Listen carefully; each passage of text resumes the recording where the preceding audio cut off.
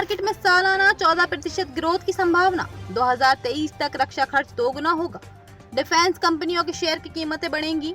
Global investment banking firm Jefferies ने अपनी एक रिपोर्ट में कहा है कि इंडियन डिफेंस मार्केट में सालाना 14% ग्रोथ की संभावना है। वित्तीय वर्ष 2024 से 2030 के बीच देश का रक्षा खर्च दोगुना होगा।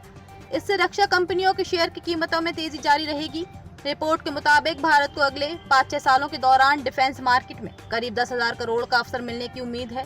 ग्लोबल भू राजनीतिक तनाव और भारत की आत्मनिर्भरता पर बढ़ता फोकस घरेलू रक्षा कंपनियों के लिए ऑर्डर फ्लो और राजस्व वृद्धि को बढ़ावा दे रहे हैं। रिपोर्ट में आगे कहा गया है कि कंपनियों के लिए निर्यात के अवसर वित्तीय वर्ष 24 से 30 में 18% CAGR चक्रवृद्धि वार्षिक वृद्धि दर से बढ़ने की उम्मीद है। वित्त वर्ष 17 से 24 में भारत का रक्षा निर्यात 14 गुना बढ़कर 2.6 बिलियन अमेरिकी डॉलर हो गया है। जेफरीज के मुताबिक 2030 तक भारत का रक्षा निर्यात बढ़कर 7 बिलियन अमेरिकी डॉलर होने की उम्मीद है। सरकार ने 2029 तक रक्षा निर्यात 6 बिलियन अमेरिकी डॉलर हासिल करने का लक्ष्य रखा है। जेफरीज ने कहा, सरकार सभी देशों से अच्छे संबंध बनाने पर ध्यान दे रही है। जेफरीज ने अपने पूर्वानुमान में कहा कि भारत सरकार निर्यात को बढ़ावा देने के लिए सभी देशों से अच्छे संबंध बनाने पर ध्यान दे रही है। उम्मीद है कि बड़े उपकरणों पूंजीगत रक्षा पर भारत का रक्षा खर्च पिछले 10 सालों की तरह हर साल लगभग 7-8% बढ़ता रहेगा।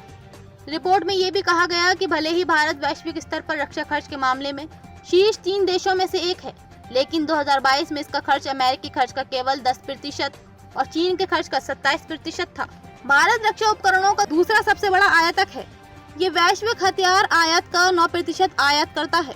भारतीय निर्यातकों के लिए इटली, मिस्र, संयुक्त अरब अमीरात, भूटान, इथियोपिया और सऊदी अरब सबसे आकर्षक डिफेंस डेस्टिनेशन है। मिडिल ईस्ट वैश्विक हथियार आयात का 33% यानी 11 बिलियन अमेरिकी डॉलर का योगदान देता है। रिपोर्ट के अनुसार कतर और सऊदी अरब मिडिल ईस्ट आयात का 52% हिस्सा रखते हैं।